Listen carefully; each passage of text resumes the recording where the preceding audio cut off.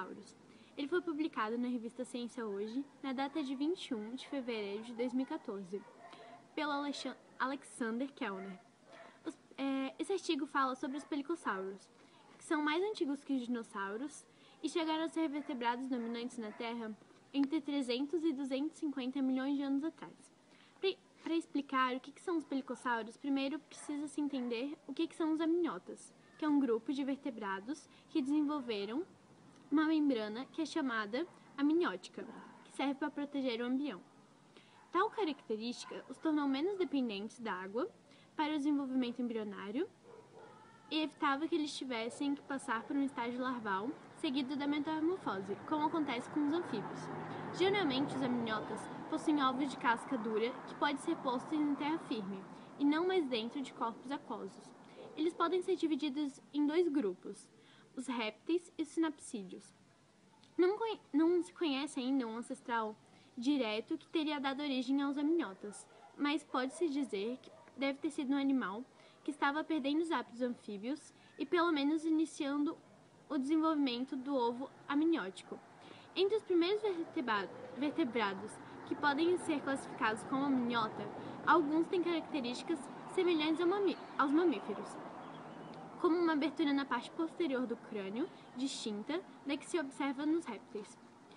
Dessa condição, denominada sinapsida, deriva o nome do grupo.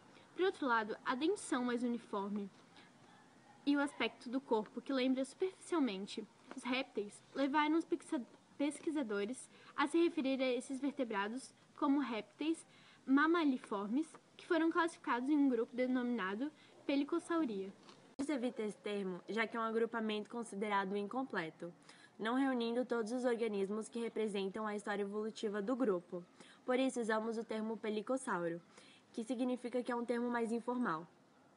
O mais aceito é que eles são sinapsídeos basais, porque eles não são répteis.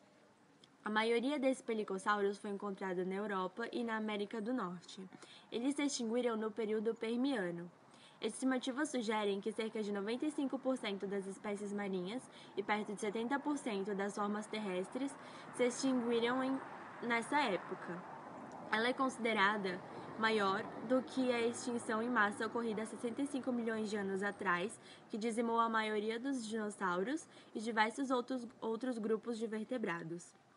Os sinapsídeos basais mais famosos talvez sejam os edapossauros e o dimetron.